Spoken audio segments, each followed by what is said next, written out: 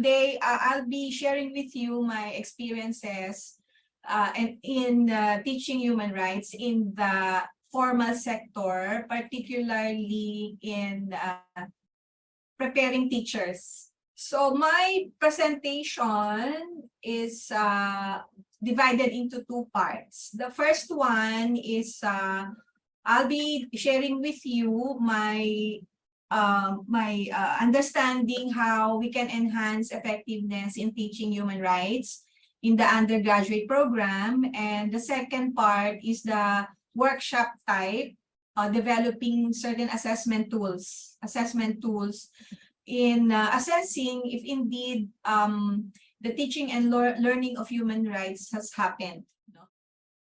First, so we will do some kind of Jumpboard session. Please click the link. If you're using Google, you automatically have a Jumpboard in your Google Chrome. Okay, people are answering already.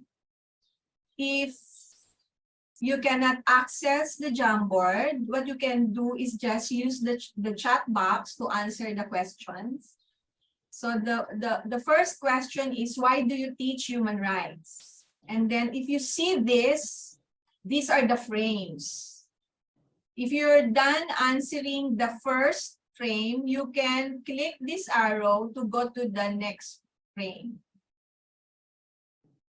Okay, and this one, and this one, and I only have 5 questions. Okay, now to answer, what you can do is use the sticky note here on the left side of your screen. Click it, and then when you click it, a sticky note will appear, and then you can type your answer. That's it. It's as simple as that. Either you use the sticky note or just the text box. The first question, why do we teach human rights? You know, we as human rights educators, we have to be very mindful of our whys. To help young people understand human rights and practice human rights, educate people how to protect human rights, to prevent human rights violations and help remedy for victims, to share knowledge, to reinforce understanding of the students on respecting diversities that exist. Everybody should know human rights, empower and promote the enjoyment of human rights. In other words, we want them to know the principles of human rights, they have to have a basic understanding of human rights, being able to apply this in their daily lives, analyzing what's going on, whether human rights are respected or not, and being able to practice human rights by practicing respect others and remedy if others' rights are being violated. So in other words, these are the reasons why we are teaching human rights. So what do you emphasize in teaching human rights? Human rights is universal. Understand human rights, respect human rights, common responsibility, know the rights of people, understand we have mechanisms to claim the right, link duty to practice. Now, when we identify what should be emphasized, are they similar to the reasons why we are teaching human rights, or are we missing something? So I just want you to reflect on that. How do you know that your students have learned human rights? So when they are practicing it, when they are able to identify situations, when human rights are violated, being able to apply the standards, both domestic and international human rights laws, using curated scenarios and brainstorming, when they are able to discuss human rights issues of marginalized groups and appropriate the related international and domestic law. Meaning to say they are able to demonstrate that knowledge. When they do that, it tells you that your students are indeed learning, right? Okay. So what strategies, lectures, visual aid, video, discussion, seminar, field work, case studies, okay? So, and how do we learn human rights? This is our understanding how we learn human rights, and based on your experience, students learn best when they experience it. No? When they experience something, when they are doing it, okay? when they are observing what's around them. Okay, and so if that's how they learn human rights, therefore your strategies to teach human rights should also be appropriate to how they learn human rights. Okay, so we are all faculty members here in higher education, right? Most higher education faculty members are more content oriented, right? And so we don't think much about what is our theory of learning, what are our assumptions about how our students learn. And so we have to distinguish between this is human rights and this is human rights education. So when we speak of human rights education, we want to really understand how we educate for human rights. And there are many theories that can explain to us how we learn. Because sometimes the way we teach does not match with how students learn. So if we have a basic understanding of how human beings, students, adults, children learn, then we can design the more appropriate teaching methodology that will match how they learn. And so there is this cone of experience. If we are to design a learning experience, teaching is designing a learning experience. So Edgar Dale identified 3 ways or 3 categories of learning experience that we can use to design the way we teach. Okay, and this is not only for human rights, but this is general. So these 3 are symbolic experience, iconic experiences, and direct purposeful experience. So there are experiences or learning experiences through abstraction, meaning through verbal symbols and visual symbols like lectures. Could also be learning through observation or iconic experiences. We use film, okay, exhibits, field trips, okay, demonstration. So those types of strategies correspond to iconic experiences, or they learn through observation. And the third is learning by doing, okay? It could be through projects, it could be on-the-job training, it could be field work. So the question to ask is, how varied are the learning experiences that we provide our students in class? So we have to have an understanding of how students learn. But Edgar Dale only identified 3 types of experiences. We have to understand why. Why is he proposing to provide different types of learning experiences to our students? It's because of different theories of learning. Experts have already studied how best human beings learn. According to Jean Lave, this is what you call situated learning theory. We learn what we are doing. Your students learn best when you give them work to do. Persons are changed by their participation in everyday practice. And human rights is a practice, right? Practices change as their participants change. According to Richard Sennett, making is thinking.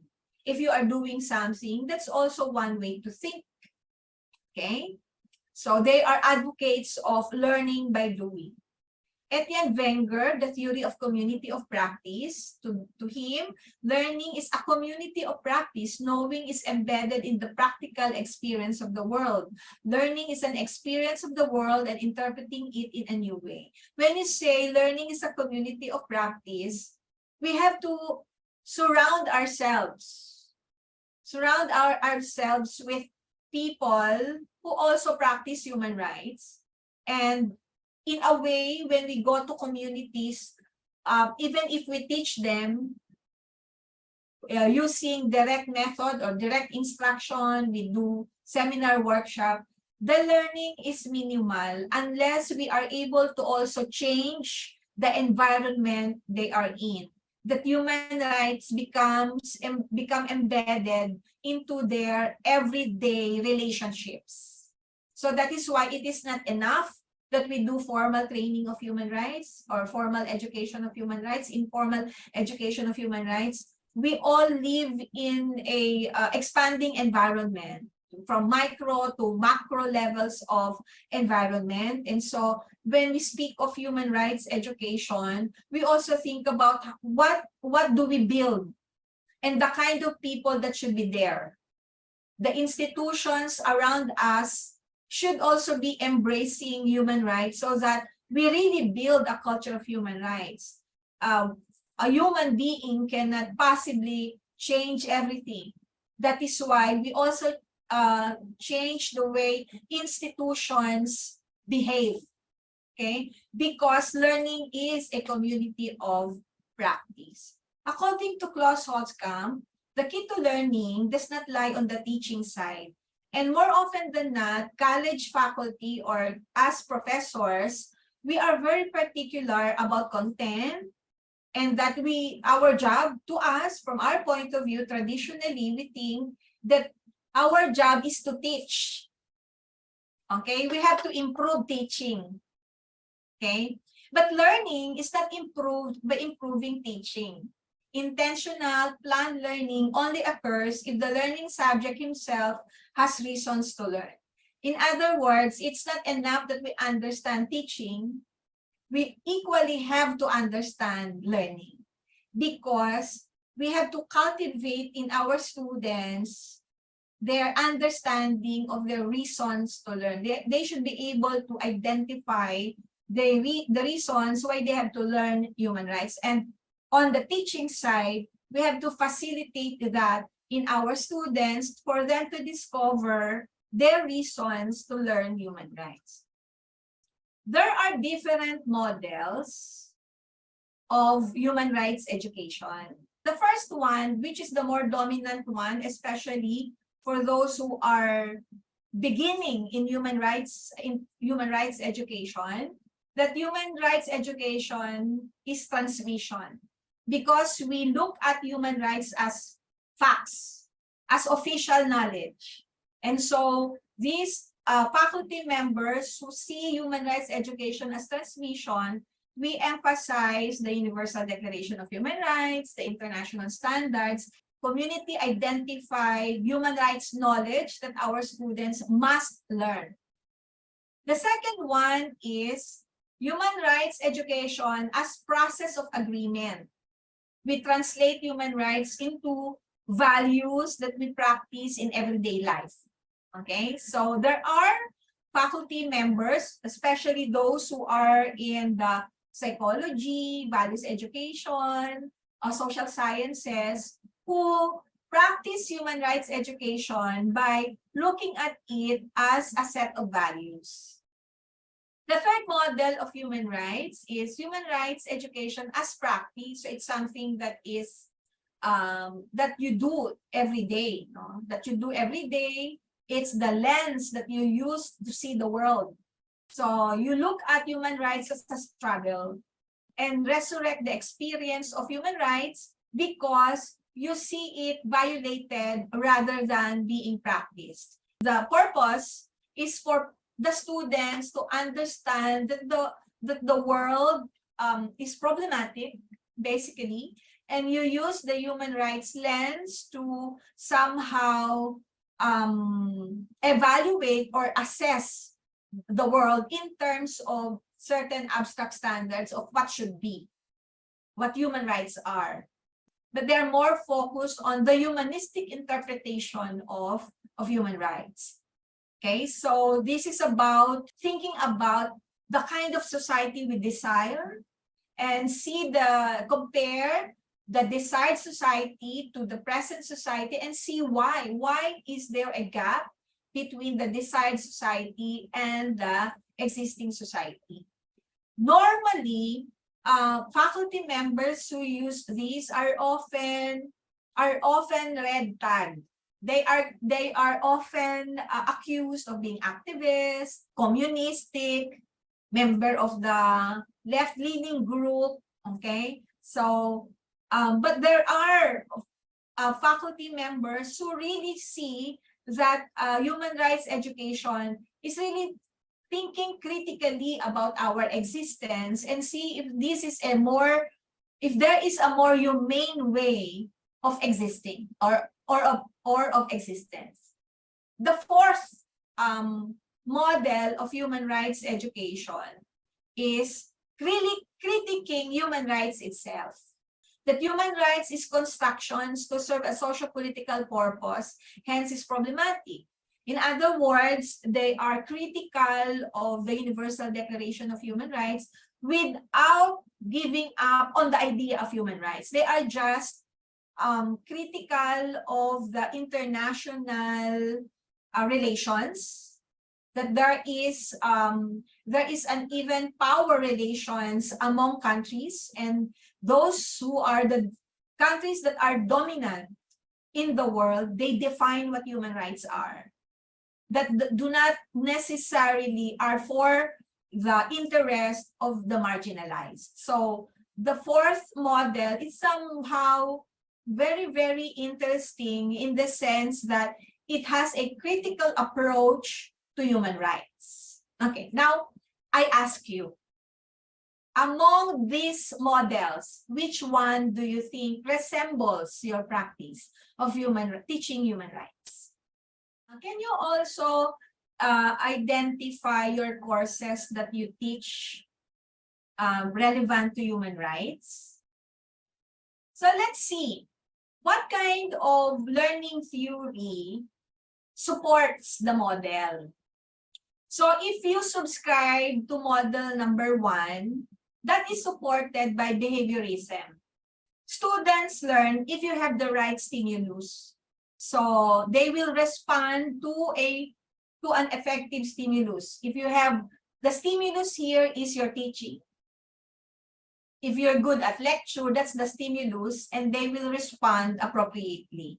So that is behaviorism. So you set the kind of respond you like from your students. So you want them to learn this, to know this, and so you design the appropriate stimulus so that they will learn this. Okay. Next is for model number 2, constructivism.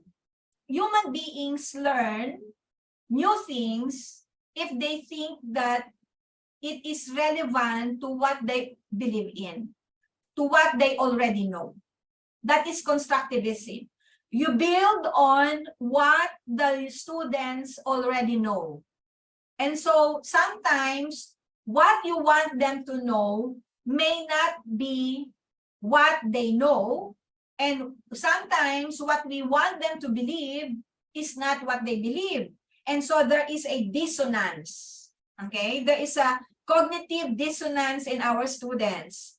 And when that happens, that is why as teachers or as professor, we have to design a learning event so that they are able to analyze, try to reconcile what they value, what they already value prior to our learning event, and the kind of value, human rights values, that we want them to have. Okay, and so that is what constructivism is. So it is very process-oriented. Behaviorism is very knowledge-oriented, content-oriented. So constructivism is more process-oriented. The process determines the content.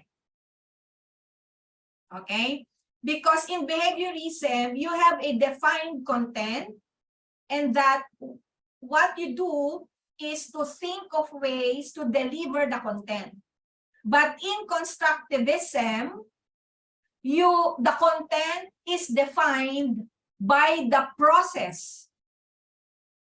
Because initially, what you will do is to find their prior knowledge and analyze their prior knowledge. Based on their prior knowledge, you will now design a process leading to reconciling with your content. Constructivism is in a way something new to many faculty members who are very content oriented. Model number 3 is critical pedagogy.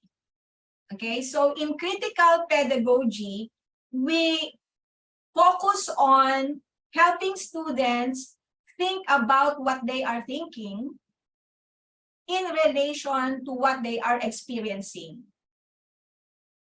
compared to what they think is a desirable state of affairs or desirable society or more desirable existence. That is what is meant by critical pedagogy, the continuous asking or questioning of what you are thinking, of what you are experiencing in relation to what you desire, a more desirable, humane way of living.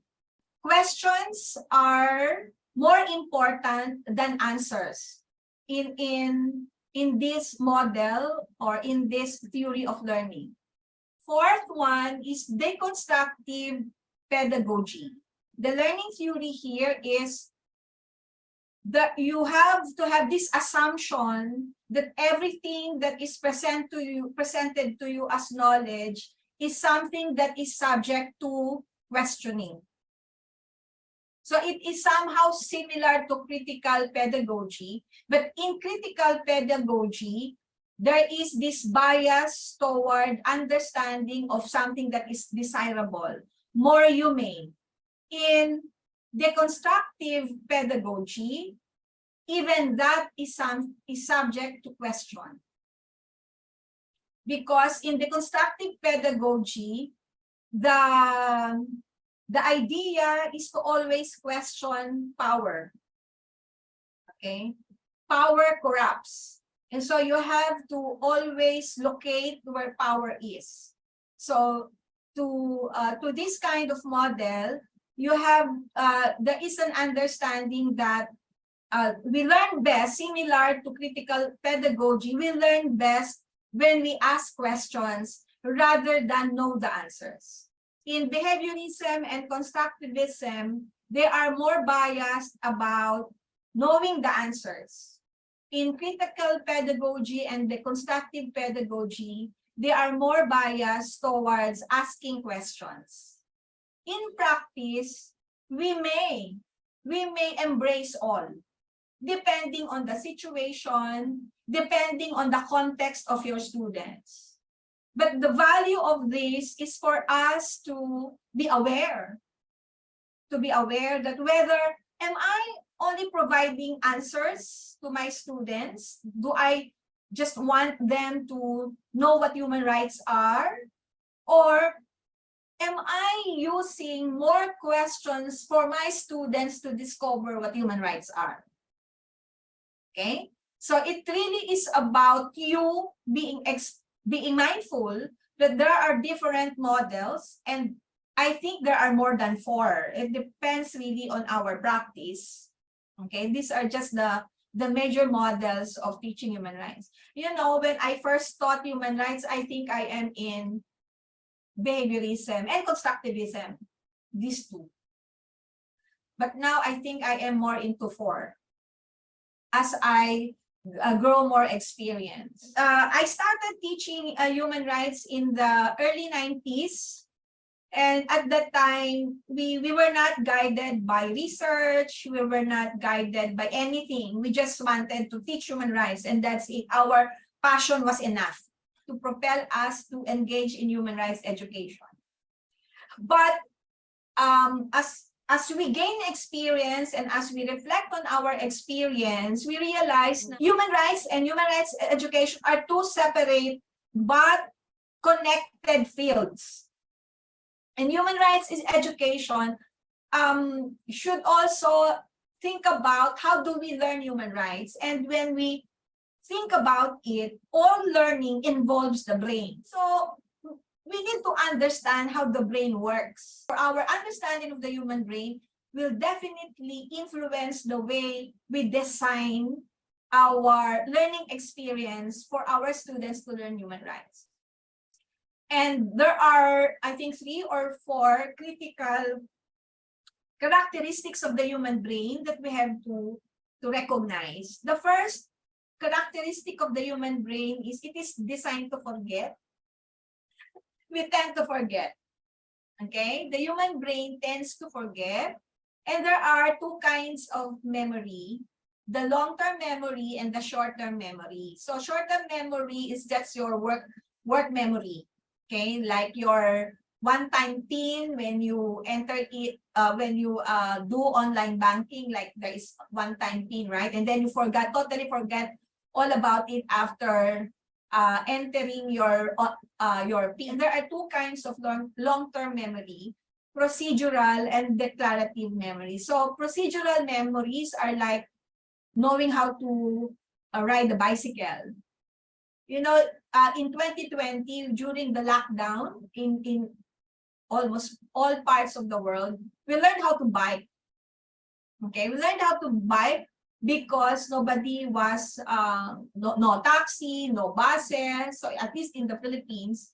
So people who were last took up their bike in 10 years ago or 20 years ago, suddenly rode their bikes again, and they relearned. They easily learned or remembered how to ride the bicycle because procedural memories are really more long-term. Okay. The next type of memory is declarative memories, knowing that the what of knowledge. And there are 2 kinds of knowledge: semantic or general knowledge or semantic memories, and episodic memories. So episodic memories are our personal experience, recollections of events that have propelled us to have very strong emotions. So those are episodic memories, like the first time you were spanked by your parents, your teacher sort of embarrassed you in front of the class. You know, those things are really things that we remember, both the good and the bad. We remember those events in our lives, both the good and the bad, because of the strong emotions that we attach to them. But semantic memories are memories that are long-term, but they seem to be vulnerable to being forgotten, to be forgotten. Like, you know, your chemistry class, even if during high school you aced your chemistry quiz or a chemistry test, your algebra test, or your trigonometry or your world history test, and you know, 10 years down the road, you've forgotten all those. No? So these are semantic memories. We tend to forget them, especially if we don't use them in everyday life. So what does it mean in human rights? So much of what we teach our students in human rights will be forgotten by them unless they experience it, unless they use it, unless we teach these things as a form of procedures or as an event in their life. Okay, so that's a fact of life. That's how the brain works, and we have to recognize that. Especially now that human attention span is getting shorter and shorter according to the literature, because the technology that we are in, we are not forced to remember things already. We only remember things that are really important and relevant to us. Some other things we tend to forget because we already have the Google Calendar. We already have all the, you know, the applications that we can use to remember, to help us remember, right? So we're not really forced to remember. So brain default number 2 is emotions drive learning, attention, and meaning making. Now, that reason reigns supreme over emotion. But according to the literature, that is not the case. That we tend to, like this, the political brain, with our emotions influence our decision. Emotions influence reason.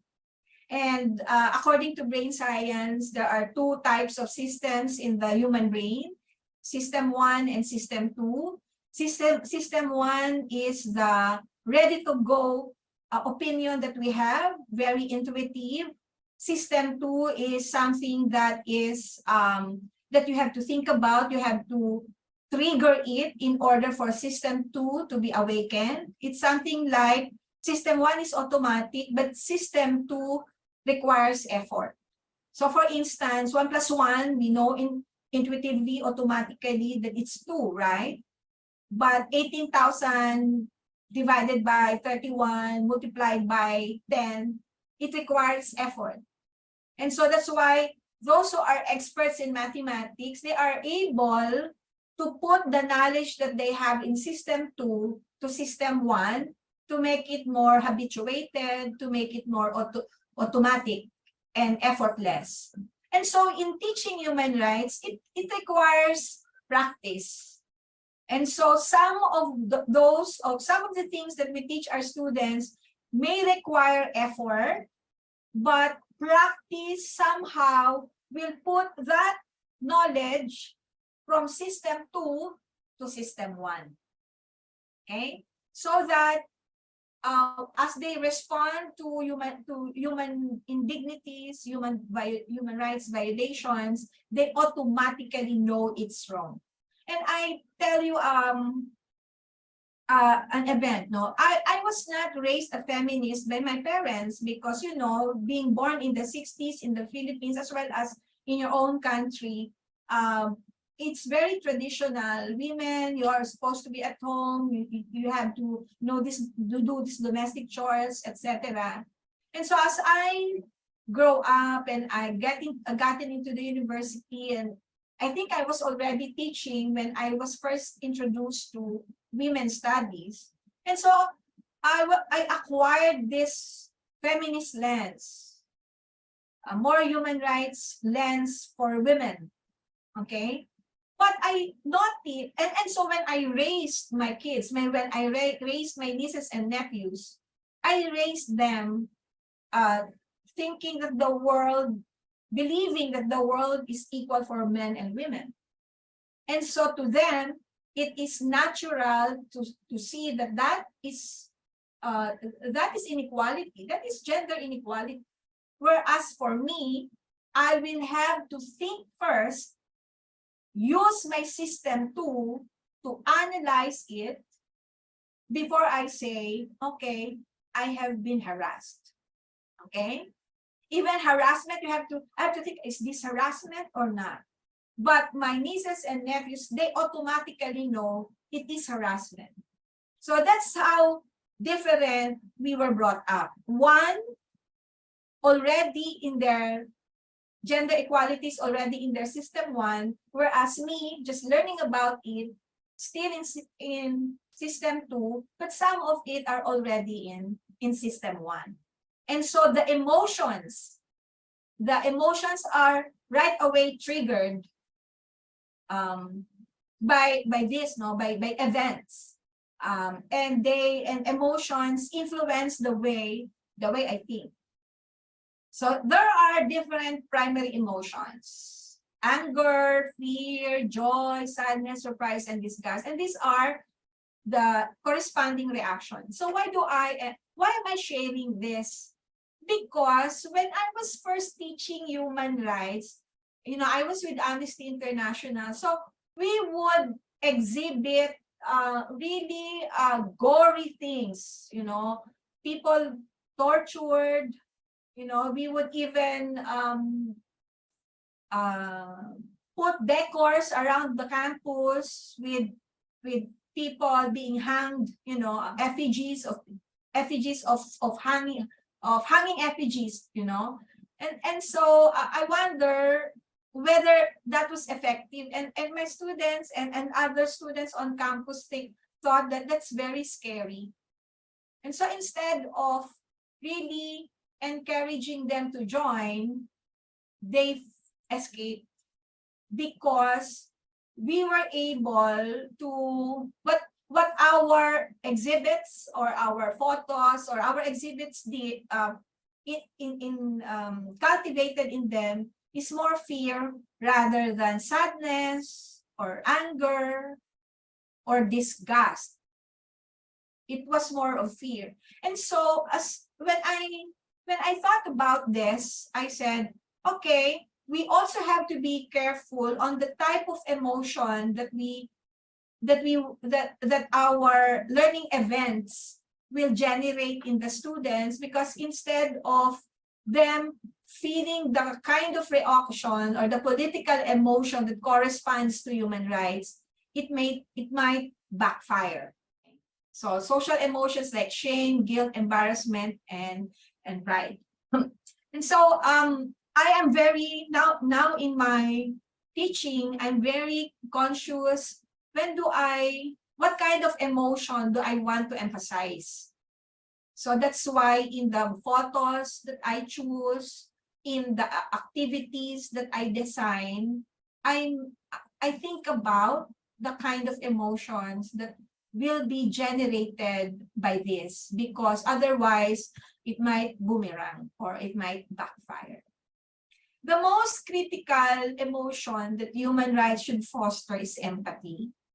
And affective empathy happens automatically, like when you are in a restaurant, for instance, eating, and suddenly there is this child looking at you, a homeless child looking at you. You know, it automatically breaks your heart, right? But empathic concern is the deliberate effort to understand the thoughts and feelings and worldview of the other. Because affective empathy is fleeting. That's why we have to take more steps forward in order to reach empathic concern. Because empathy fosters trust, and anger disrupts empathy. So what I'm trying to say here is sometimes rather than empathy, we generate the anger. And instead of feeling empathy towards marginalized groups, we might be instilling anger towards them because people feel burdened. So that is why we have to really be careful about the kind of emotion, because what we want is to foster empathy towards marginalized groups or victims, human rights victims. In this day and age of social media, where you have trolls, you know, even victims of human rights violations are trolled. When I say trolled, people bash them rather than feel empathy towards them because of the way they have been presented to the public. Anger disrupts empathy. When we are angry, it cuts, it cuts the flow towards empathy. That's all I am emphasizing. So let's talk about the third characteristic of the human brain, which is as important in the way we do human rights. Learning is aided by motion, novelty, challenge, scent, color, music, and aesthetics. In other words, we cannot just make our students sit there for 1 hour or 2 hours, 1.5 hours, just listening to our lecture. That's already the past. Neuroscience has already established that human beings learn best when they move. Okay, when they move, when there is novelty, in other words, when we are not predictable. And there is some kind of challenge, and we use aesthetics like music, you know, to set the tone. Even the color sets the tone, and it helps them remember. And we can use all this based on neuroscience to help us design activities, learning events that will help our students remember. Physical education is very important. It develops the brain. It's wrong to think that PE is secondary. No, movement is critical to learning. That's what neuroscience has already established. Brain default number 4, brain searches for meanings and patterns. That is why we have to start with where the students are, draw out their prior knowledge. We cannot just start our class with, highfalutin words and the content of what the experts think the content should be. We have to start where the students are, understand their context, their context, yes. Bring out or draw out their personal experience related to the course that we will be having with them, because the brain cannot learn something that it does not find meaningful. So we don't learn what is not relevant. That's what neuroscience is saying. So the findings of neuroscience relevant to learning is that the default of the brain is to survive and avoid losses. In short, our students may be good at cramming, they will remember, but after the test, they forget. We may be terror teachers, but in the long run, they will forget about what they learned in our class because the brain just closes if we terrorize it, or if the brain feels threatened. So the brain cannot feel threatened for learning, deep learning to take place. We have a social brain, so learning is social behavior. We can design exams that are for a group where they can exchange ideas because they learn best when they are with their peer group. It is also established that students learn best from teachers they like. Okay, so we cannot be the kind of teacher they love to hate. So social interaction promotes better learning. We cultivate students talking to one another. In fact, we design group activities. We are hardwired from birth to decode. In other words, the brain is there to find meaning, to always speculate. Okay. Stereotypes around race, gender, class, and ability can affect how students see themselves and how they learn. And so when we talk about, or when we teach them about gender equality, we have to draw out their belief system about the role of men and women in society. It cannot be go straight to this is gender equality, because sometimes what we teach them may be something that they do not believe in. Okay, that's why lecture method may not always be the right approach in teaching human rights. Helping learners believe in their ability to learn is a crucial part of the learning process, especially so if the students in your university come from the marginalized group.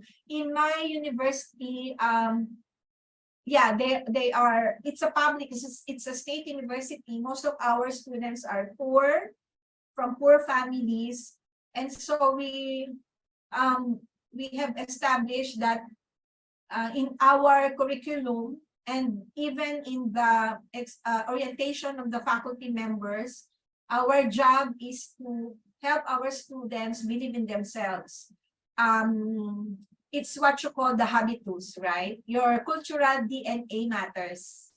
And so we should also help our students to understand their cultural DNA, how their cultural DNA both facilitates and inhibits their learning and their pursuit of a good life or a meaningful life.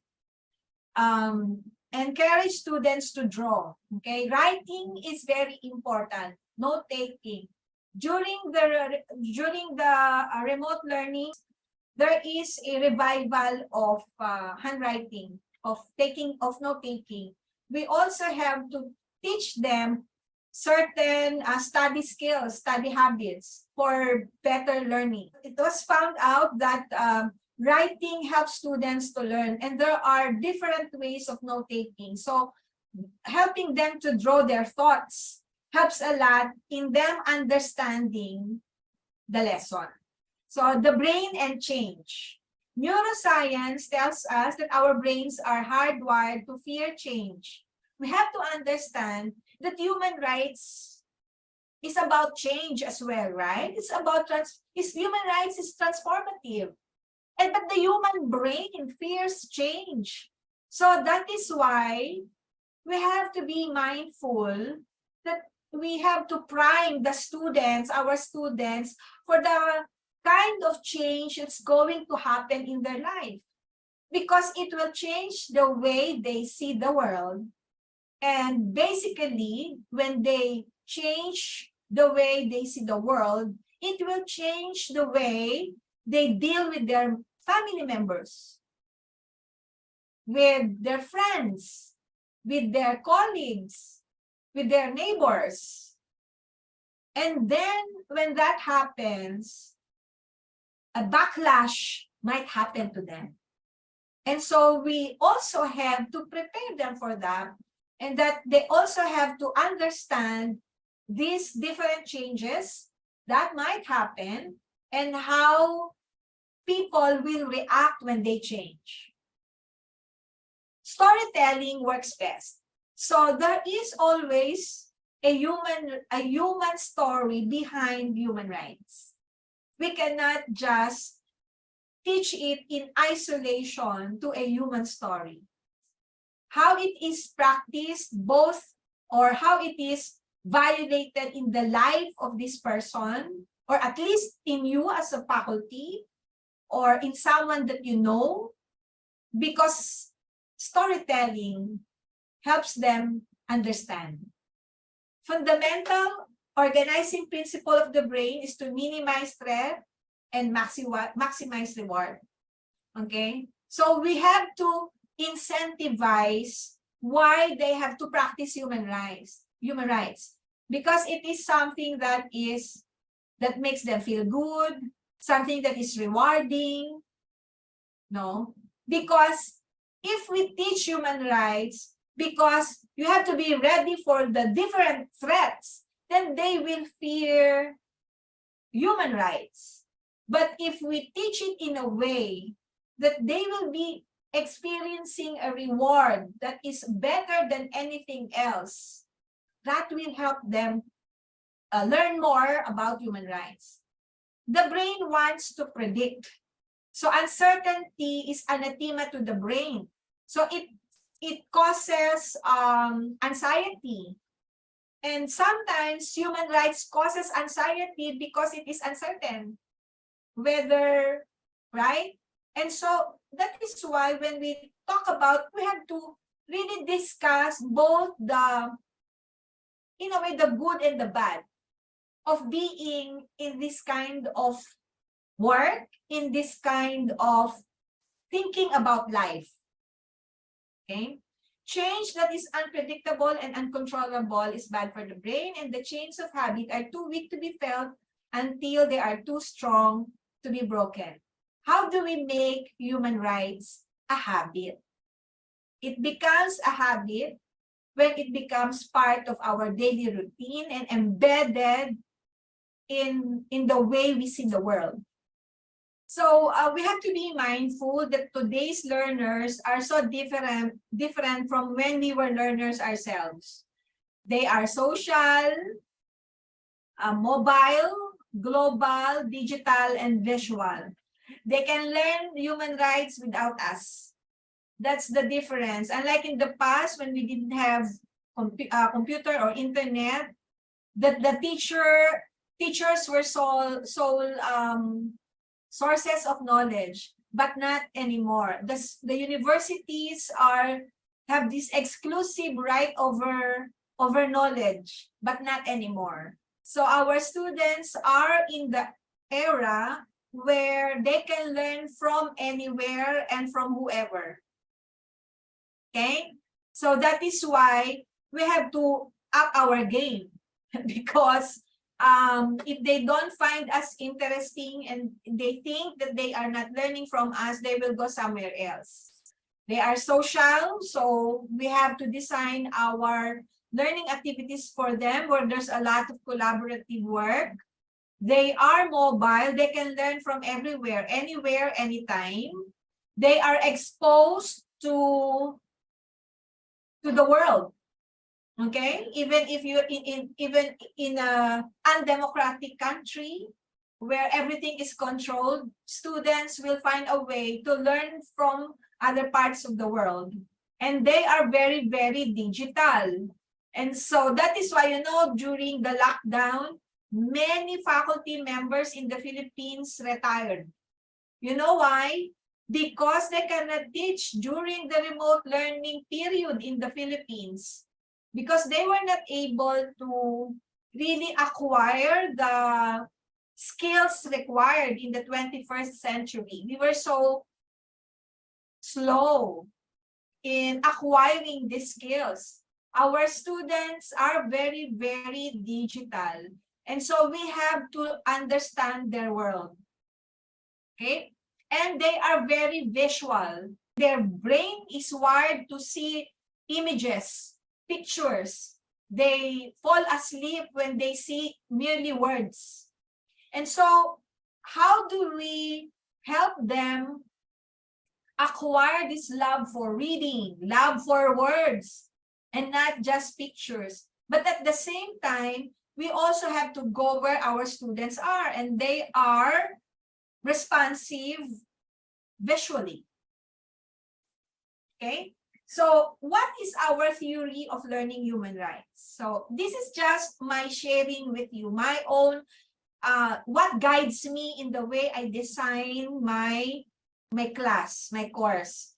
So I believe in neuroscience. I benefit a lot from my reading of the findings in neuroscience. It says that social issues and problems activate the brain's amygdala. It's located somewhere here. It is the hub of fear, anxiety, and aggression. An activated amygdala inhibits the functioning of the cerebral cortex. And what is the cerebral cortex? It's the hub for thoughtful action, behavioral restraint, and decision-making. So it's a very stressful world. And so, you know, in the Philippines, and I think in other parts of the world as well, you can find people going nuts over traffic because it is stressful. Urban traffic is very stressful. And so their amygdala is activated. They cannot make good decisions. They're not calm. They cannot make thoughtful action because the part of the brain that is the hub for thoughtful action, which is the cerebral cortex, is somehow inhibited when the amygdala is activated. So when you are in the middle of this kind of environment, your amygdala is definitely activated. When these long lines become part of your everyday life, when uncertainty is what you eat every day, your amygdala is activated. When this is what you see, and a significant number of people in the world live in this kind of situation, and you see them, and they as well definitely their amygdala is activated.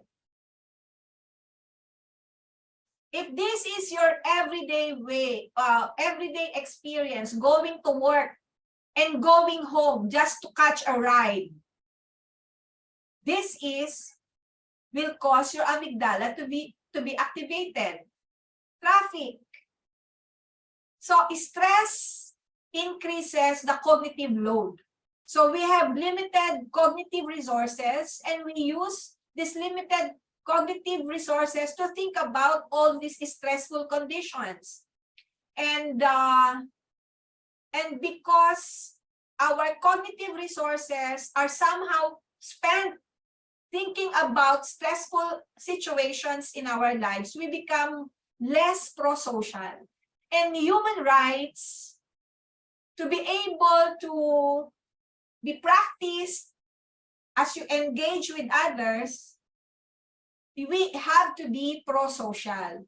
But it is inhibited because of the stressful situation we are in. So we are most pro-social concerning our in-group morality when our quick implicit emotions, you know, the system 1 that I discussed last time, right? When our quick implicit emotions and intuitions dominate. Okay? So I'm Filipino. When I see a Filipino, I will be biased toward Filipino. I am more pro-social toward a Filipino because that is my in-group morality. However, when we discuss about human rights, when human beings are equal, that we are a family of nations, we are a family of human beings, it requires some level of cognition. That's why human rights is not just about emotion. We definitely have to be mindful of emotions because emotions help us or influence our decision making. But we have to also cultivate our thinking about our emotion, our thinking about our thinking, because that is exercising our cognition, because we become pro-social concerning our out-group morality when our cognition is activated. So this is Rohingya. If you are a poor country, how can you be generous to refugees, right? That's normal. Because our in-group morality, our intuition will definitely feel that we have to protect our limited resources. We cannot spend it on other people. That is the human brain. However, because we have to put it in the school curriculum, the idea of human rights, refugees have rights, we are a family of human beings, we are one planet, okay, that we all have to live in human dignity regardless of color, class, etc. It requires cognition. It requires that it is embedded in the way we think. It is how we can overcome this in-group morality so that we can embrace being pro-social toward our out-group. Words unconsciously shift thoughts and feelings. Verbal primes impact moral decision-making. What do I mean by that? If you hold an anti-war rally, I shall not attend. But if you hold a pro-peace rally, invite me. So words matter. Words trigger something in people. That's why we have to be careful in the way we frame human rights situations for us to be more effective. Oxytocin inhibits amygdala. So how do we control the amygdala if it is activated? See, stressful situations open up our amygdala, and if it is activated, our reason is somehow inhibited. But how do we address our amygdala? How do we control our amygdala? Through oxytocin. It makes people more charitable and it elicits pro-social behavior. So a lot of touch, you know, social connections, social interaction produces oxytocin. Natural sunlight, vitamin C, hugs and cuddles, listening to music, singing along to music, free play, giving someone a gift, doing something kind for someone else. All this produce oxytocin, and this we can incorporate in the way we teach human rights. Meditation, yoga, gratitude practice, have a good cry, personal reflection, positive affirmation, long, deep breaths. All this help us control the amygdala because it will help us secrete oxytocin in our body and we become more pro-social. In other words, when we also think about human rights, it's not just about the different provisions or sections in the Universal Declaration of Human Rights. It also is about the mood. It is also about the experience that we provide our students. So how do we motivate students to learn human rights? Let me give you what we learned doing human rights education for decades in the Philippines. This is Philippine context. I am not sure if this is true to your context, but this is limited to our context when we did our research evaluating human rights education in the country. So what have we learned? Number one, integration of human rights in the curriculum is not enough to build a culture of human rights. So having it integrated in the curriculum and not in the entire school system, practices, policies, culture, practices, it will not be enough. So teaching human rights cannot just be confined in the classroom. Much is learned violating human rights outside of the classroom. Unfortunately, they learn it outside of the classroom. And sometimes inside the classroom as well, if the teacher is not human rights sensitive. Number two, inside.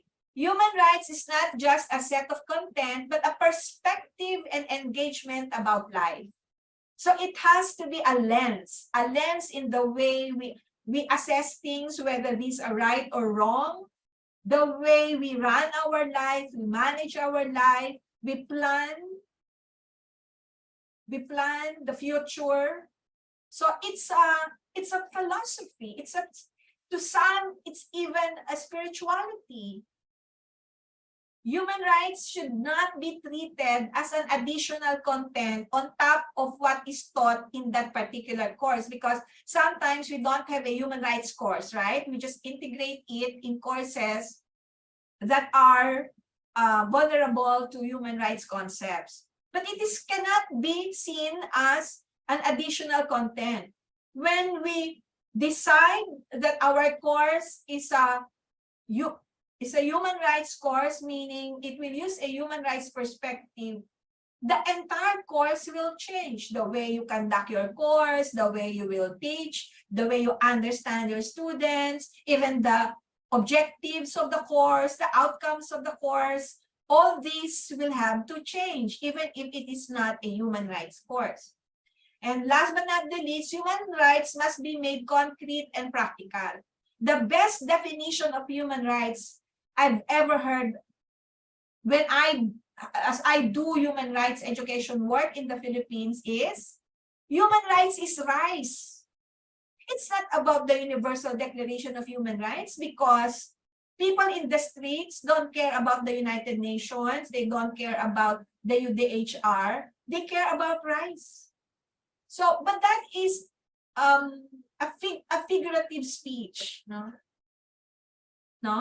Human rights must be something concrete and practical. Something that you can smell, you can touch, you can feel. It is not just about here. So how do we change it? What will be human rights 2.0? Number one, there is consensus among human rights educators that still state accountability is important to be part of human rights, because when we build a country, we have to include the state. If we want to build a just, humane society where the human rights of people are enjoyed, we need the state to be part a critical partner in that project. And human rights must be beyond the standards. I am not saying, we are not saying we leave the standards. No, it is beyond the standards. And it is multidimensional. It is also beyond the curriculum. It could be a co-curricular program. It is part of the habitus in the school. And it is multi-level. It is not just the school. How it connects, how the university connects to the host community or to the communities that the university services. Right? Because the university has what? 3 or 4 functions: instruction, research, extension, and production of publication. So it cannot just be instruction or the curriculum. It also has to be embedded in the way the university takes care of its adapted communities, right? Or even in its research. So that's why it is multidimensional and multi-level. And it has to be focused on understanding people's context and lived experiences. And if I may digress a little, I believe that education of former colonial countries, like the Philippines, our education system is still colonial. Okay, it's still, we just inherited the education system from our previous colonizers. 333 years of Spain, 44 years of Hollywood, the US, and 4 years of Japan. All these are influences, and we just inherited our formal system of education from our colonizers. And naturally, knowledge, what is considered as official knowledge in that system, is just passed on. And it is only now that we are critiquing all this, because we may not know it. We might be passing on to the next generation of Filipinos this colonial education.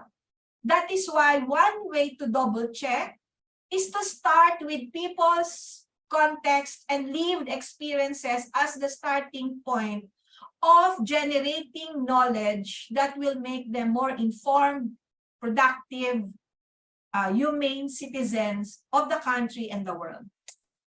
And then there has to be multiverse of platforms. So, face-to-face, digital, different platforms. So that is why we can have a human rights program where students will just deal with LMS, the learning management system.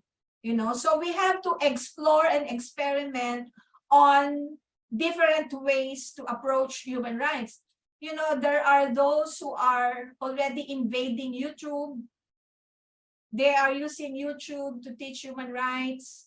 They are using TikTok even to teach human rights. So because the trolls, those who are against human rights, are already in YouTube, are already in TikTok. So where are we? We are still in the traditional format. So we might be losing the war in a way. Next is reality pedagogy. So human rights education is about reality. So we have to use reality as a pedagogy, as our pedagogy in learning human rights. And then it is also about taking action, our agency. Okay? So that to me will be the general characteristics of human rights 2.0. We have to have a mindset, heart set, and specific skill set for human rights. So the factory system of education, I do not know if this is true in your country, but this is true in our country. There is always that concept of legitimate knowledge. Education is a process of legitimizing certain knowledges. We have a curriculum, official curriculum. Like, so students, when they enter schools, they go out the same. So in the process, because of this machine concept of education, the tendency when we integrate human rights is to ritualize human rights. The learning of human rights is ritualized. So there is no more criticality. Oh, you have to, because there is just this list of knowledge, human rights knowledge that our students must learn. So that we have to avoid. To me, that is why there has to be that portion of developing the syllabus together with the students. Together with the students that is relevant to the course. So that is a critical aspect of developing the course. We need to do it with the students as well. So if you're a human rights educator, you must have the following skills. First and foremost, you are not just a lecturer. You are a learning designer, learning experience designer. So we are designers of learning experience. Giving a lecture is not enough. We need to make learner-centered or student-centered learning activities. Next is we need to curate content.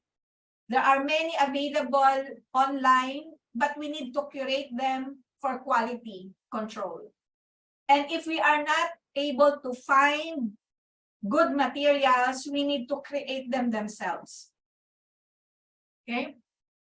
And then we calibrate. We need to calibrate whether what we have designed is appropriate to what is the emerging characteristics of our students in class. In other words, it should not be fixed. To me, my courses, there is a certain flexibility so that I can adjust. I can make adjustments. And then we have to be network connectors. Like we can invite other people that we know of from other parts of the country to be in our class. Now that online, that is possible online, right? That's very cheap. So we need to have these resources of community of practice of educators for human rights that we can tap. And then we need to be learning coaches. We have to know where our students are, where they are individually, what their difficulties are, etc., etc. So these are the characteristics of human rights lessons or courses that we need, or class that we can design. Okay, so these are just the characteristics. First, it has to be experience-based. Our students' experiences, our experiences, and our target group's experiences. Lessons must elicit the desired emotion. What kind of emotions you want to elicit from your students? You have to be very, very mindful of that. Third, make the lessons concrete by converting abstract concepts into real-life situations. Storytelling is key. Okay, humanize human rights. Connect the lessons with learners' real-life experiences because they cannot learn what they do not find relevant. And lessons must be action or practice-oriented. So these are just sample. You can perhaps be guided by certain parts of your lesson. You can start with activate the prior knowledge of your students. Think of activities that will activate that. And then connect. You can think of activities that will connect the real world situation and learners' experiences and transfer. Think of activities that they can do that will tell you that they can apply, where they can apply what they learn. So there are factors affecting learning of human rights. They are maybe categorized into 4: basic enablers, engagement and understanding, supporting, remembering, and enabling future applications. So basic enablers are definitely there is a content. So while I'm saying that be mindful whether you are being content-oriented. Content is important, but that is why you have to structure it in such a way that they will quickly understand it.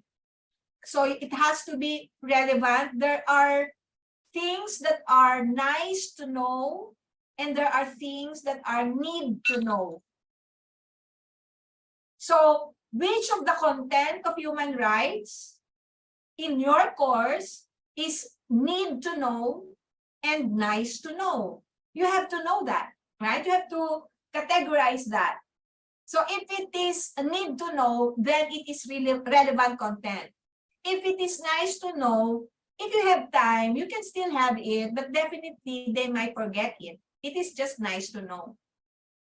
Learners need to learn. In other words, you have to cultivate the learner's discovery that they have to learn it, because they will not learn something that they don't think they need to learn.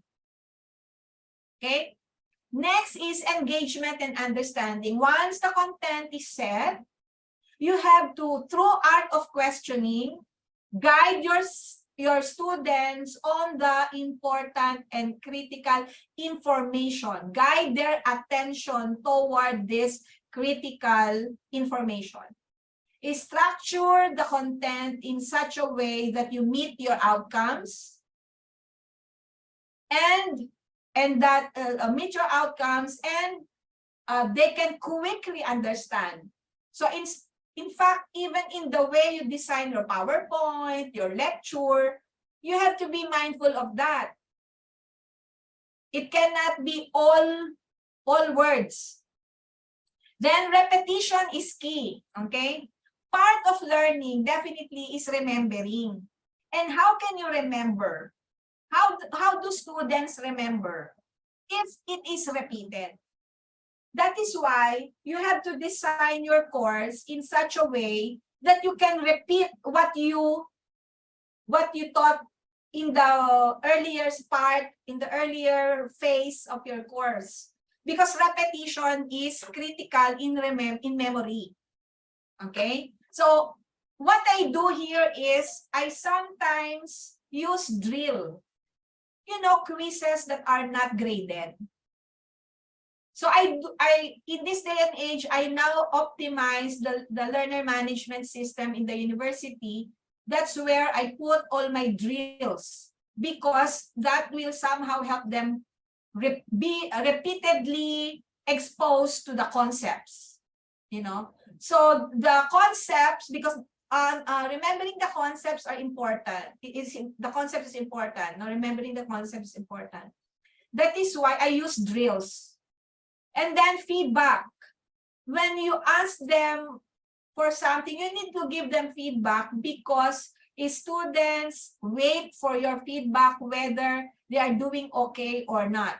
It cannot be at the end of the course. It has to be formative. Every activity you give them, it may not be to all of them, but at least ensure that you have given feedback to all of them at different stages of the course. And then you have variation is key. Your activities cannot be the same all throughout your course. There has to be variation. Diversify your learning experiences for your students, because once you become predictable, they will lose interest. So design it in such a way that they will look forward to your learning experience for them, because it's something new, it's something that is not often repeated. So that is engagement, for engagement and understanding of the students. Supporting remembering is context alignment. In other words, the tasks that you will ask your students to do must be aligned with the outcomes you want to achieve in class. And that tasks that students have to do somehow are relevant to their context. So what they learn in your class should be relevant to what they are experiencing. That's why that's context alignment. And then you practice retrieval. So this is also similar to drill. So that's what I do for retrieval practice. Okay, so I do drill.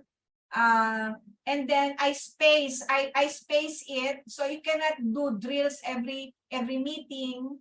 So I do I think every other week. That's what I do. Okay, because space is important for the brain to work, to remember. Okay, and then enabling future applications. Persuasion is key. We cannot threaten our students. It cannot be a threatening atmosphere in the classroom.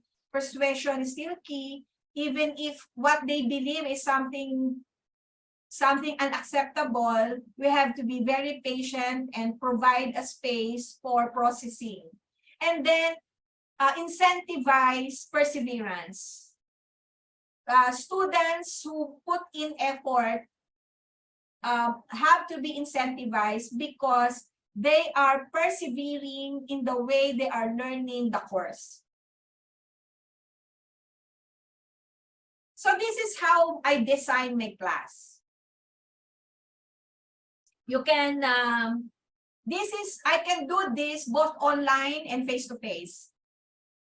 So I have retrieval learning, so I have games. Okay, I have games, you can do games. They love that. That is to break the ice. Okay. In non-formal HRE, that is icebreaker. So I do that. That is retrieval learning. But it is about previous lessons. Number 2, I do a lot of collaborative work. Okay. So they are either organized into pairs or triad or small groups. So a lot of collaborative work. Either it is a predetermined grouping or random.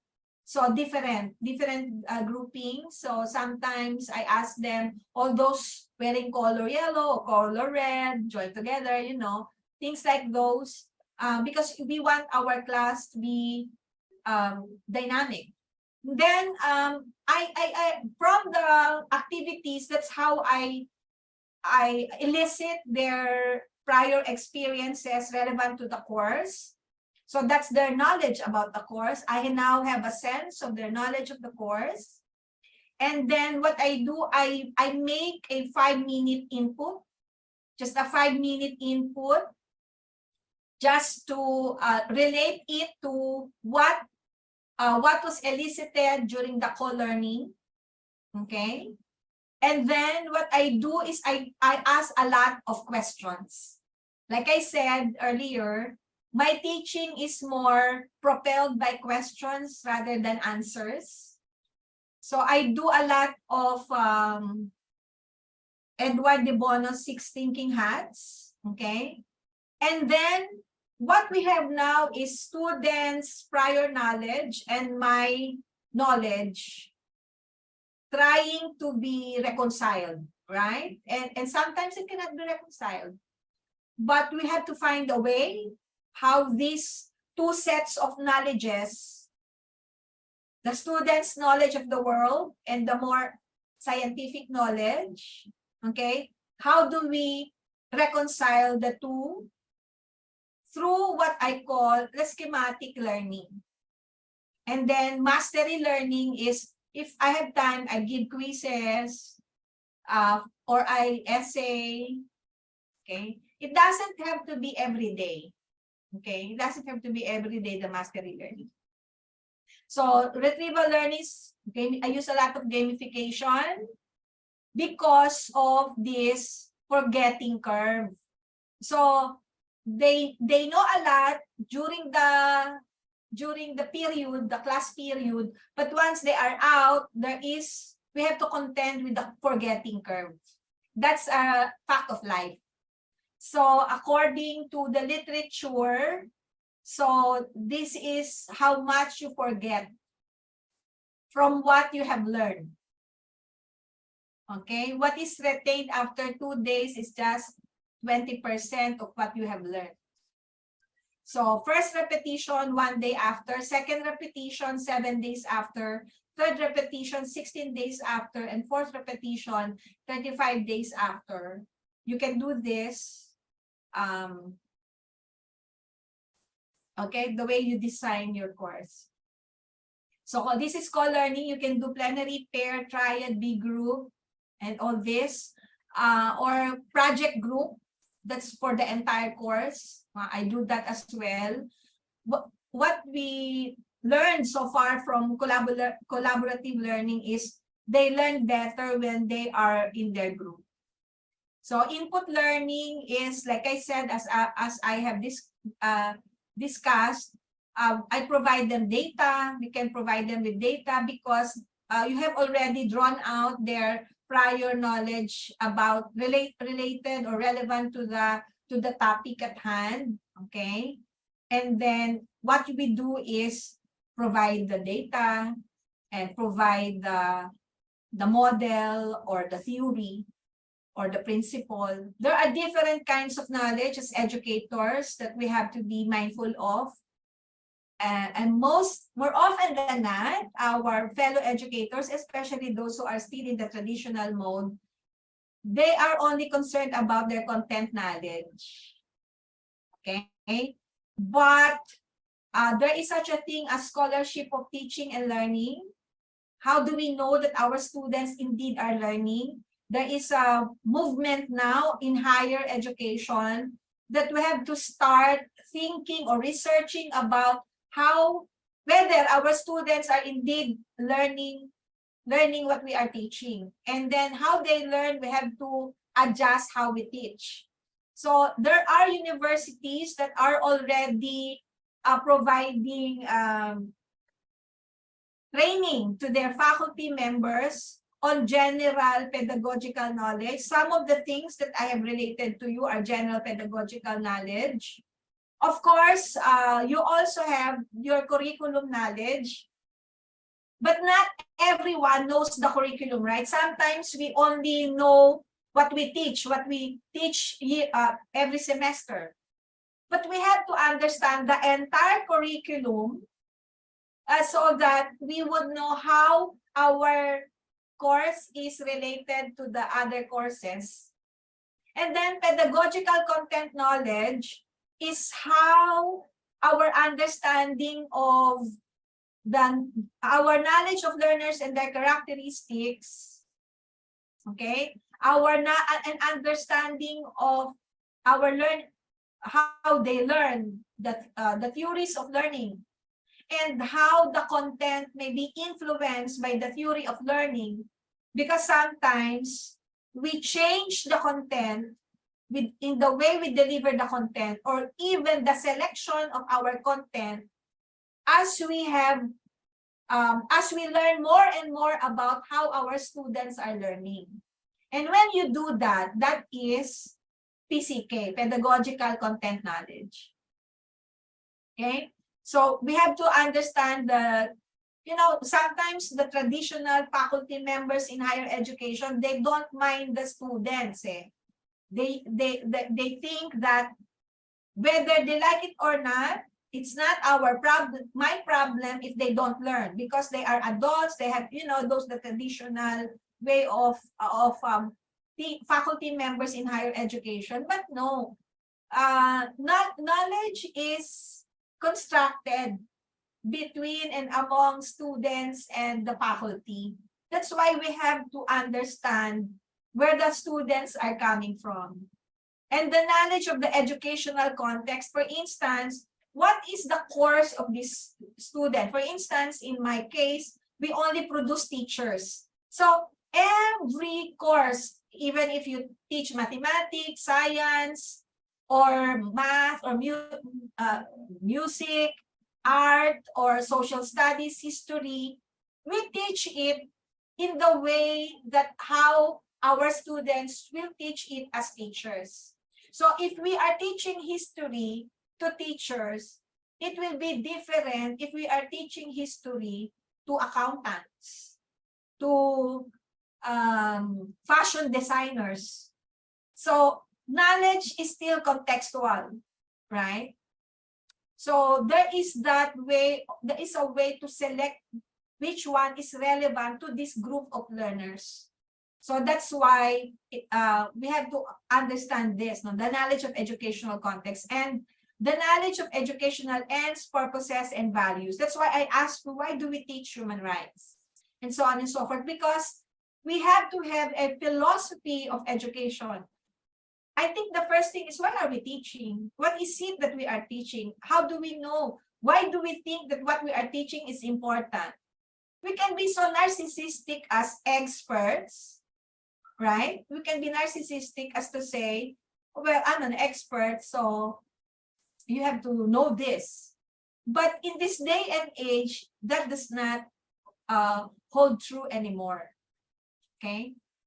You need to have your philosophy of education, your philosophy of teaching human rights. Why in the first place you want to embrace human rights? We have to be very clear on that. So metacognitive learning is, again, thinking about our thinking through the process questions, the art of questioning of who, what, where, when, how, and why. We also use the 5 whys, you know, ask them 5 whys. We can use the 6 thinking hats, ask for the facts, or ask for what they feel. What do they think is good? What do they think is bad? Any new idea? You know, so open questions, we can start with open questions because the students feel more at ease if the questions are open because there is no right answer, but you can probe. The follow-up questions become more targeted. And then you'll find out, and the students will realize that the opinion held in answering the open questions may not be based on something that is scientific or the evidence-based. That's when learning comes in. So, and then when a lot of these things are already happening, there is debate in the class, exchange of students and faculty opinion and students among themselves. The more difficult role of the teacher is to, how do you connect all this? What comes out of all these discussions, right? So the analysis is how do you break them apart, but synthesis is different. What emerged? What is emerging? What has emerged? So how do you connect all the dots to create new ideas, insights from the discussions? That's really important. Many misconstrue that when we say synthesis, it is summary. No, it's not summary. Synthesis requires new ideas, a new perspective in looking at the object at hand, the object of study.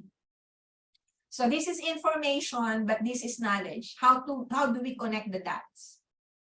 Okay, so that's why we need a lot of drawing, how these things are interconnected.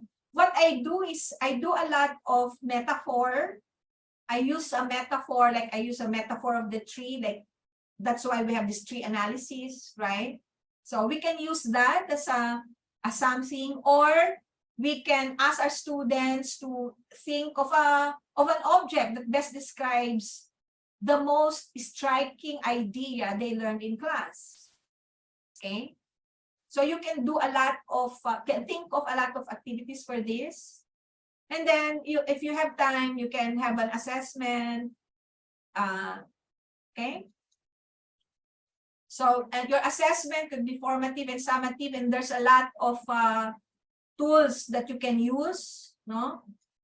But how do we assess human rights learning? It really is difficult. Like, even if among our veteran faculty members of human rights, it still is really difficult. In fact, I am at this stage of my reflections on my career as an educator, not only about human rights education, but as a faculty member, as a professor, that I don't believe in grades anymore.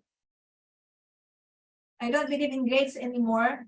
It doesn't give me, if they have this transcript of records, our students, What is the difference between an A and an A plus or an A minus? Or he's more, this is more intelligent. But what can he exactly do? What can the students exactly do? They don't really tell you, right? So it's better to have a more descriptive grading for that will tell you this is what this student can do in this course. Unfortunately, the entire higher education has not got on in this in this kind of thinking about how best to do assessment or grading. But this is my sharing with you how I assess. Okay, but first let us review. When we do assessment, there are two kinds of assessment. Actually, there are many kinds of assessment, but these are, let's just focus on these two, okay? Formative and summative assessment. So, when do you do formative assessment? It is every stage of the course. And how do you do that? Even when you ask questions, the way, just like what is stated here, in one of you answering the questions, you can assess your students with the way they answer your questions, right? So formative assessment need not be formal. It may be formal, but it may be informal. And most of the time, it is informal. In reality, in truth and in reality, you have so much work to do that you do not really have this time to always develop formal way of formative assessment. So sometimes you just have smileys and all that, okay? But the way students respond to you, you somehow get an idea whether this student is having difficulty, student is really thinking, and you are impressed by the students. You know, those are part of formative assessment. The purpose is to identify gaps and improve learning. That's where coaching comes in, right? So when a student at some point turns in an essay, you have to check it, provide the feedback. You can see, you have a rubric, right? We know what a rubric is. You can discuss the strengths and weaknesses of the students in the way, in his or her thinking, in the way he or she writes, your ideas, the premises, you know, the evidence. Okay, so you can do that through formative assessment. So the purpose of formative assessment is to help the students learn. So it is not to find out whether the student is intelligent or not, but to identify if the student is having difficulty or if the student is manifesting an interest that is not covered by the course. So that is the role of formative assessment. And then most of us use summative assessment. This is where the grades come in. So we grade the student performance. We want to assess the student performance. So we collect evidence. That's why we set certain requirements like one research or one concept paper or essay or pass the midterm exam, you know. So those are tools that we can use for summative assessment. It tells us how the students have performed, how the student has performed in our class. So it is something like an exit assessment, an exit, how to tell us whether indeed the student has learned. So that is the difference between formative and summative assessment. So the goal, they have a difference in the goal. So the goal of formative is to improve, and summative is to prove. To prove that indeed this student will pass the course based on the requirements of or the tools of assessment that you identified. So purpose is to enhance learning. Summative is to judge the student's performance. Relation to instruction, it occurs during instruction, and this one occurs after instruction. So frequency occurs on a continuous basis. This time, sometimes it is one time, big time kind of assessment at the end, or we do it in the middle. Okay. Role, to improve learning allows teachers to make decisions and monitor the instruction, because formative assessment is more for you as well, how you will calibrate your course, because students are not learning. Students are having difficulty, or students are find my design easy. They have already reached the outcome, reached the expectation. Oh, I have to redesign, adjust, make adjustments. Okay. And then you have a summative, predict and judge students' performance, and you give grades. So these are the two types of assessment that we deal with as faculty members. So it is connected. Okay. You can have an assessment where students can assess themselves, assess their learning. You can have a Likert scale. You can also, especially for collaborative work, you can do peer assessment. What I do is I give certain weight for peer assessment. For student assessment, the self and the peer, I combine these two. I give them weight, 40-60%, and then I combine them, and that forms 40% of my grade. So self and peer assessment. Also portfolios. If we change the way we look at human rights learning, it requires a lot of portfolio. It is what the students can do. And in fact, it is the portfolio tells you or contains what the student has done in the course. That tells us this is what the student has learned. The students tend to give grades to one another, but it is in the way you ask the question. You have to identify what exactly, like what is the role of the student, of each of the student in the group, and then I force them to rank the student. Forced ranking is critical. Who is the most helpful? You know, the most helpful in the group to the least helpful, for instance. So I force rank them. Okay. Then you do a lot of rubrics for this portfolio, for essay. You have to identify. There are many things that are available online anyway. So exhibits, and then standardized tests if your university or department requires standardized tests. So this is how you can do it, from formative to summative assessments.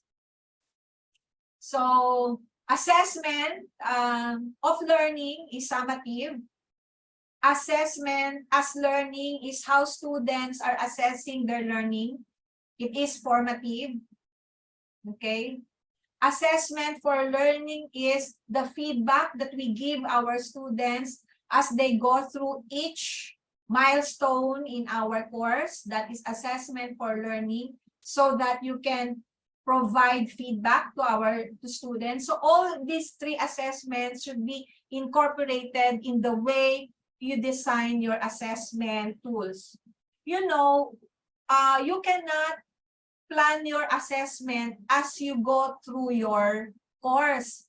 You plan it ahead of the already part of the syllabus. It is not an afterthought. Why? Okay, this is our next this is what I do. First, you have to identify the human rights course learning outcomes. What are learning outcomes? This is what students are able to do after your course. It is similar to the objectives, but still one step higher, because this is what they can do. Okay, what they can do after your course. It is not what they learned, it is what they can do, because doing reflects what they learned. Okay, so this is an example of a sample of human rights learning outcomes. I'm providing it to you. So I have the mindset, heart set, and skill set. So you have the learning outcome. My students can demonstrate their understanding of human rights principles. Okay, they have to be able to demonstrate their understanding of human rights principles. Number two, they should be able to assess whether human rights principles are evident in their everyday life or are evident in everyday life in our society. And third, propose how might the state of human rights in our society be improved. Okay, so these are the three things that my students can perform, can do after my course. So the 3 to 5 human rights outcomes will do. Okay, you don't have to have 8 or 10 or 12. That's too much. So just three major outcomes. So 1, 2, 3. So this is the first thing that you will do when you develop your course. Identify the outcomes. So I'll give an example of outcome. I can drive. I want to drive. Okay, so I want to drive. So I will design a course. That will help me be able to drive. Okay. What should be included in the course, in a driving course? What do I need? I want to drive. Okay. What do I need? Or you want to you will design a course for me to be able to drive. Okay. So will you design, what do you include in a driving course? What do I need to know? For me to be able to drive, what do I need to know? What do I need to learn to be able to drive? I need to know the basic steps in driving and traffic regulations, you're right. The basic things, when you say basic, it means the wheel, the gas, and the clutch, and the stick drive as the stick shift, you know, if you're manual, right? And how to use the mirrors, etc., etc. Do I need to learn how to change tires to be able to drive? No, the outcome is just to drive. It is not about maintenance of the vehicle. Be able to drive. That's just the outcome that's just the outcome I want to achieve. I want to be able to perform that, to be able to drive. So the outcomes that we have identified will determine the content necessary to achieve the outcomes. That's how you determine what is needed to know and what is nice to know. That's the difference between need to know and nice to know. It's nice for me to learn how to change tires. It's nice for me how to know the basic operation of a vehicle. But do I need it to be able to drive, such that if I don't know it, I won't be able to drive? Of course not. I can still drive, even if I do not know how to change tires, even if I do not know the basic operation and maintenance of vehicles. So that's how we differentiate the need to know and nice to know. The outcomes that we have identified will determine the content that is need to know from the nice to know. So step 2. What will indicate that the outcome is achieved? What you will do is think. What will indicate how do we know, or what should I observe to be able to say that my students have learned how to demonstrate an understanding of human rights principles? How do I know? What should I see? What should I observe? Okay. So that I would know that the students can assess whether human rights principles are evident in everyday life in our society. Okay. And what should I observe to be able to know for sure that my students can propose how might the state of human rights in our society be improved?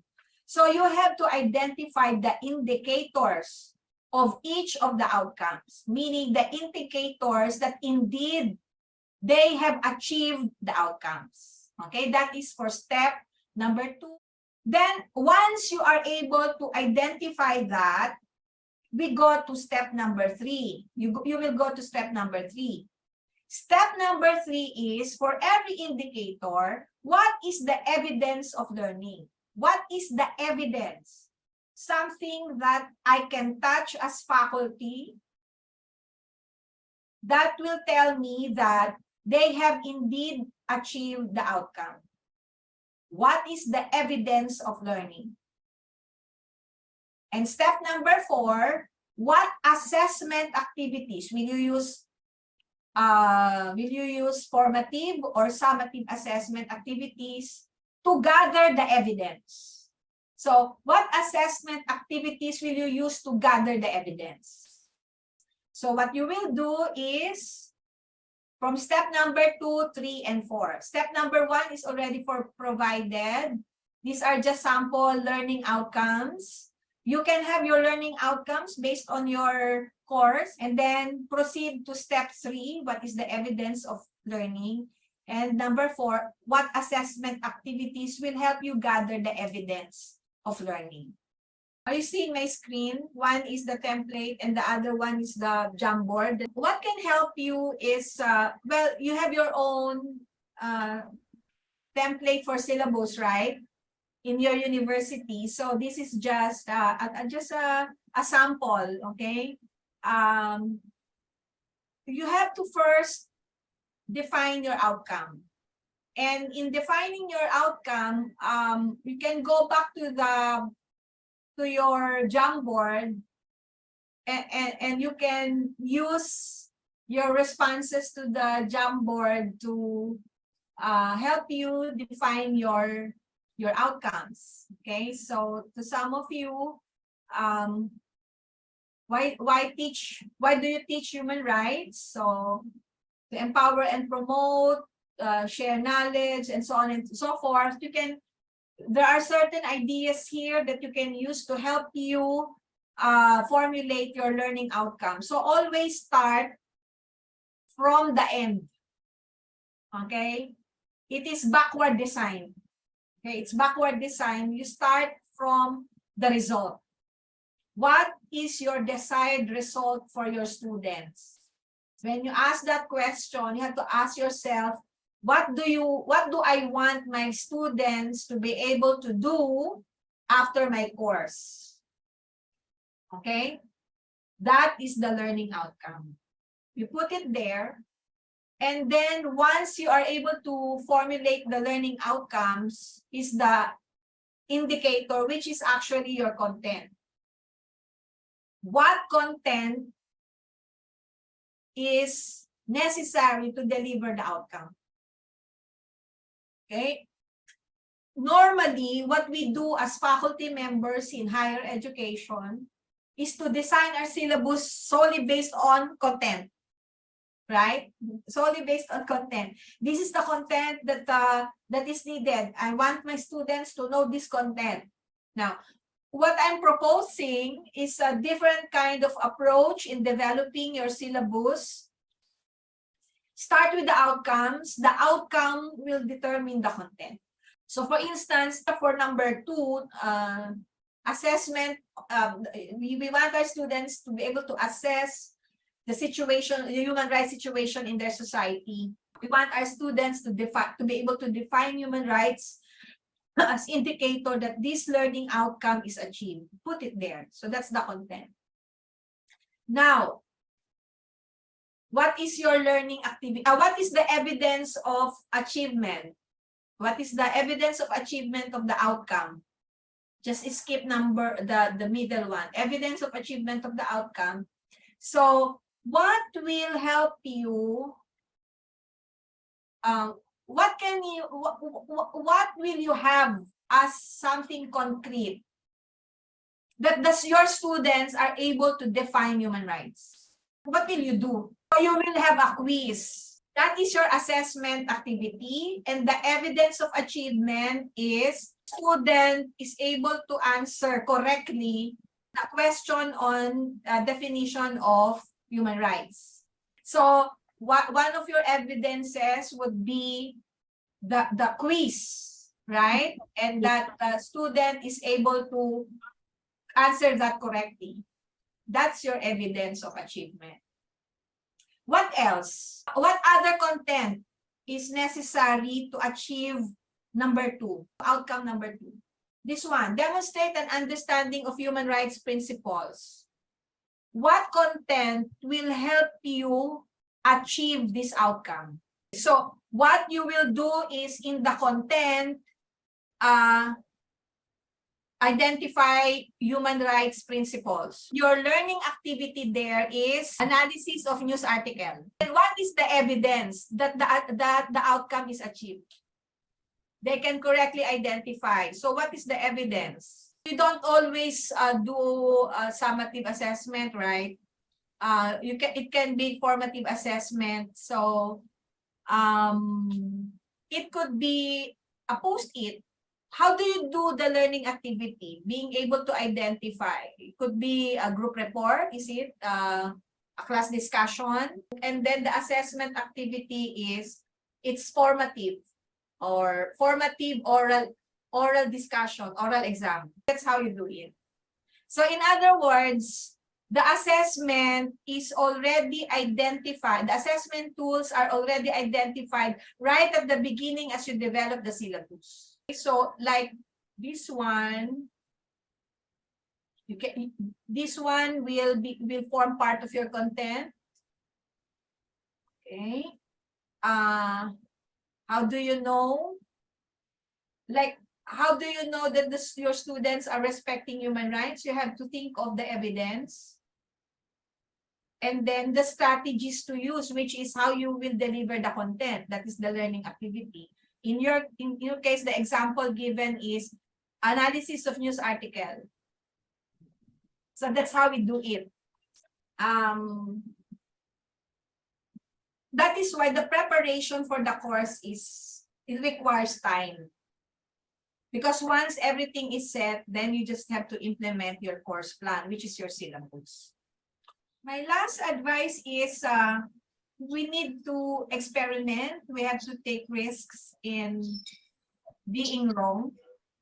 That's how we develop our practice. We have to embrace what I call the scholarship of teaching and learning. What did we do right and what did we do wrong in the way we conduct our everyday implementation of our syllabus?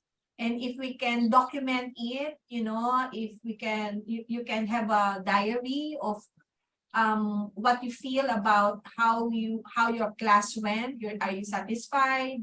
Are you not satisfied? What will I change in how I design this? All those are data that you can use as part of your research, and that is scholarship of teaching and learning for you. We did. When we first did human rights education in the 90s and early 2000, like I said, we only were driven by our passion, but we were not scientific in our approach. But time has elapsed, and we have had a lot of experiences. We have hits and misses, and so research, the scholarship of teaching and learning, thinking about researching on our own practice can really help teaching human rights or teaching and learning human rights a lot, human rights education a lot. So it's up to you as you develop your practice. Do not be afraid to be wrong, because that's the only way to learn.